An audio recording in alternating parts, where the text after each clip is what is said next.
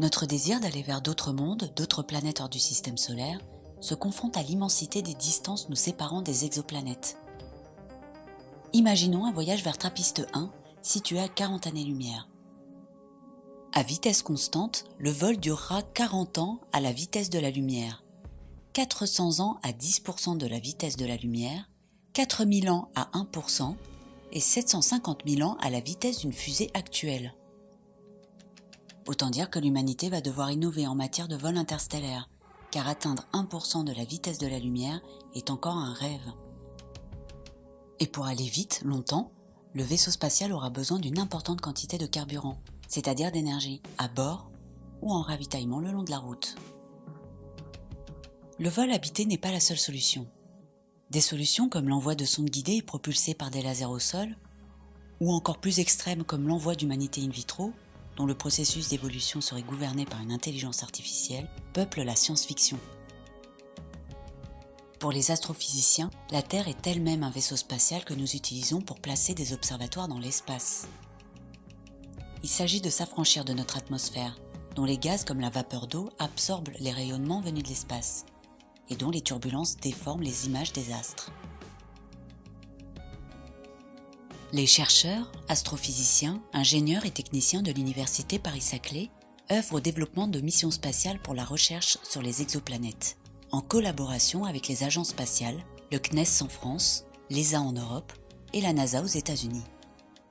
Parmi ces futures missions spatiales, citons le JWST, Ariel ou encore Plato à l'horizon 2020-2030.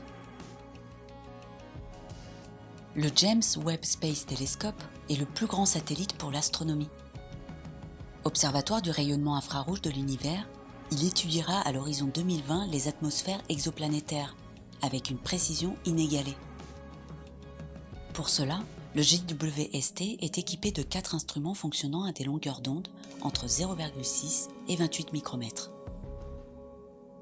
L'imageur NIRCam, le spectromètre NIRSPEC et le spectroimageur NIRIS opéreront en dessous de 5 micromètres, quand le spectroimageur MIRI ira au-delà.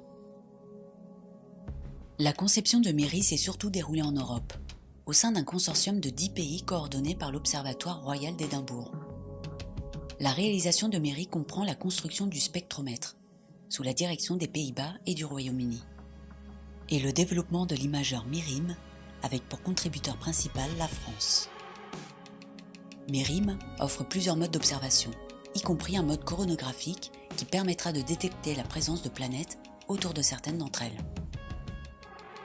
Comme sur un observatoire terrestre, ces équipements seront mis à la disposition de tous les astronomes qui en feront la demande, après sélection de leur projet par un comité scientifique. La mission Ariel observera un grand nombre de planètes en transit et examinera les atmosphères de plusieurs centaines d'exoplanètes en utilisant le transit spectroscopique dans la gamme spectrale 1,25-7,8 micromètres. La mission se concentrera sur les planètes chaudes pour profiter de leur atmosphère bien mélangée et ainsi révéler leur composition, en particulier la présence de carbone, oxygène, azote, soufre, silicium. Enfin, le satellite Plato observera 2 champs célestes de 2150 degrés carrés, chacun pendant 2 ou 3 ans. Des exoplanètes de période orbitale jusqu'à 1 an pourront y être détectées. Au total, environ 1 million d'étoiles seront scrutées à la recherche de planètes. Ces exoplanètes, dont l'étoile hôte sera analysée par astérosismologie, pourront être caractérisées. En particulier, nous connaîtrons de manière fiable leur taille, leur masse et leur âge. À l'horizon 2020-2030, c'est une véritable armada spatiale qui se prépare à l'étude des exoplanètes.